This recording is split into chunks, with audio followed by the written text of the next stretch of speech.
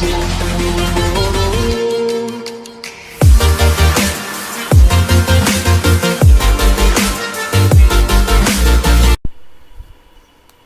what's up guys, welcome to my channel at the hotspot. So today I am back with again a third part of our chapter that we are doing, that is agriculture, and that is the chapter 4th of the geography. So in this video we have to continue from the coffee, and so please subscribe the channel and press the bell icon and click the all button so that you can get all notification of the next video, and like the video and share more and more video to your friends. So we have to start from this. So आज हम इस पूरे chapter को इस video में complete कर देंगे। ये इस चैप्टर की हमारी 3 वीडियो की।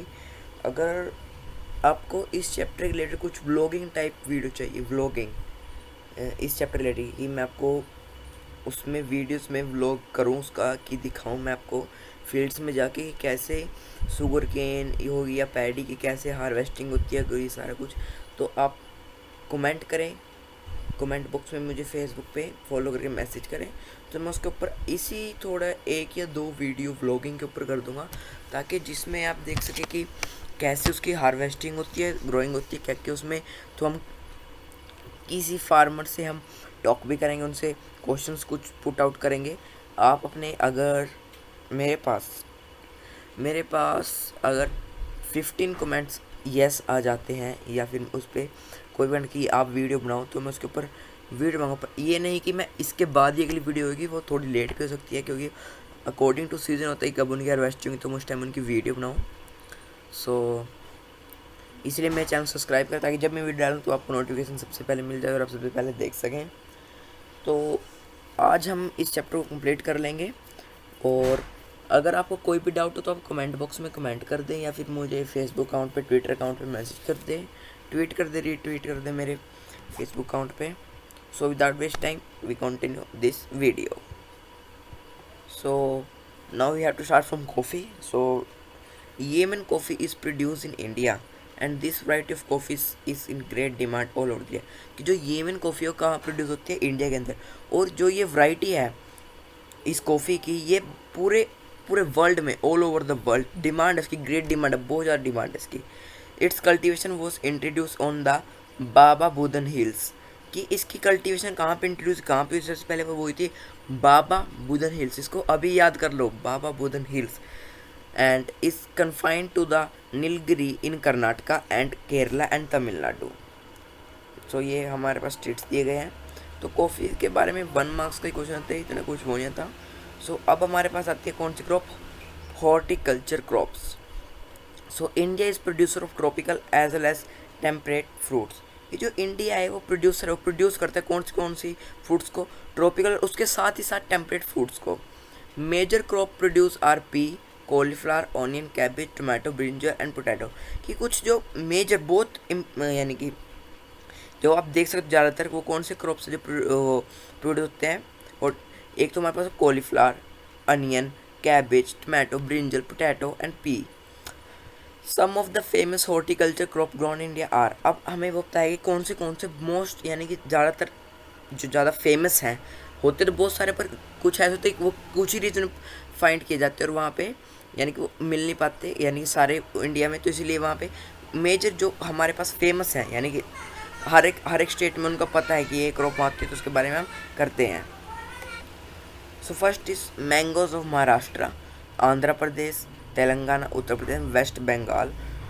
तो यहाँ पे बताया गया है कि जो मैंगोज है कौन सी फेमस है, कहाँ की, महाराष्ट्र की, आंध्र प्रदेश, तेलंगाना, उत्तर प्रदेश एंड वेस्ट बंगाल। अभी याद कर लो इसको कि कौन से कहाँ पे होते हैं।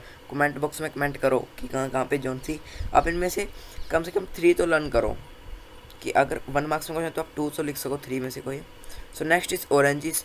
ऑरेंजेस कहाँ के, नागपुर, नागपुर एंड चिरपुंजी कहाँ पे, Meghalaya. Bananas of Kerala, Mizoram, Maharashtra, Tamil Nadu. Litchi and guava of Uttar Pradesh and Bihar and pineapple of Meghalaya. Grapes of Andhra Pradesh, Telangana, Maharashtra apples, pears, apricot, walnuts of Jammu Kashmir and Himachal Pradesh. तो इनको अभी याद कर लो कि कहाँ कहाँ पे हॉर्टी क्रॉप्स हैं, ये इंपॉर्टेंट कहाँ पे है। तो अब आते हैं नॉन फूड क्रॉप जिनसे हमें कोई फूड प्रोड्यूस नहीं होता। सो first is rubber, fibre, cotton and jute. तो हमें इनके टेबल बनाया है, हम इससे करेंगे। सो फर्स्ट पॉइंट करते हैं, पहले करेंगे हम एक बार रबर के बारे में। Rubber, it is an equatorial crop, it require a moist and humid climate with rainfall of more than 200 centimetre and temperature above 25 degree. किसको रेनफॉल बहुत ज़्यादा चाहिए, इसका टेम्परेचर भी 25 डिग्री से अबव होना चाहिए। It is important industrial raw material, ये एक बहुत इंपॉर्टेंट इंडस्ट्रियल रॉ मटेरियल। ये बहुत रॉ मटेरियल जैसे हमें कोई भी न्यू थिंग प्रोड्यूस करनी है तो उसके लिए हमें कुछ मटेरियल चाहिए। वो रॉ मटेरियल होता है कि कच्चा मटेरियल चाहिए हमें, तो वो ये बहुत ज़्यादा इंपॉर्टेंट इंडस्ट्रियल है। ये कहाँ पे ज़्यादातर ग्रोथ किया, केरला के अंदर। तो बात है हमारे पास fibre, cotton, jute, hemp and natural silk are the 4 major fibre. Fibre के अंदर भी हमें आते हैं crops, cotton, jute and hemp grown in the soil. कि जो कॉटन है, जूट और हेम्प हो कहाँ पे ग्रो करती है, सॉइल के अंदर।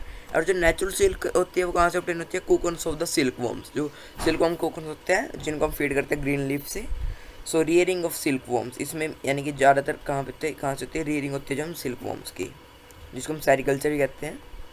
Now is cotton, it is a kharif crop, it requires high temperature, light rainfall, 210 forest free days and bright sunshine for its growth. ये इसके कंडीशंस है कि क्या क्या इसके कंडीशंस हैं।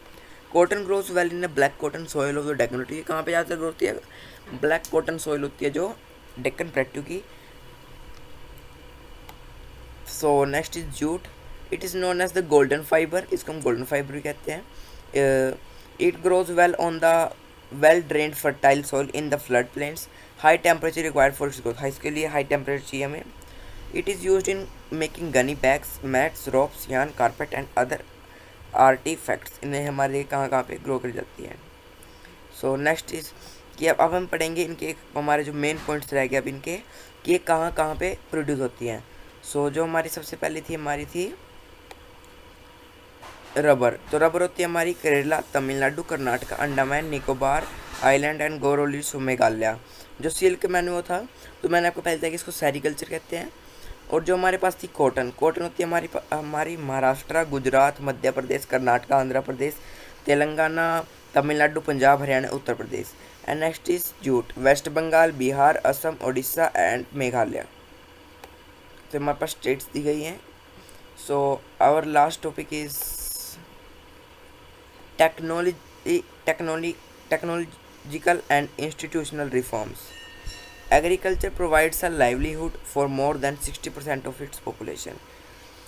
So this sector needs some serious technical and institutional reforms. The Green Revolution, White Revolution were some of the reforms initiated by the people to improve the agriculture. कि जो हमारी लिवलीहुड्स है, ज़्यादातर जो हमारे 60% पॉपुलेशन है एग्रीकल्चर के ऊपर ही डिपेंड है। एग्रीकल्चर उनको लिवलीहुड प्रोवाइड करता है। तो जो ये सेक्टर है इसको सीरियसली एक टेक्निकल और इंस्टीट्यूशनल रिफॉर्म्स चाहिए। जैसे हमारे पास ग्रीन रेवोल्यूशन, वाइट रेवोल्यूशन, वो भी एक तरह रिफॉर्म्स थे। सो हम करते हैं जो इनिशिएटिव्स, जो स्टेप्स गवर्नमेंट के द्वारा लिए गए, government taken the steps for this sector.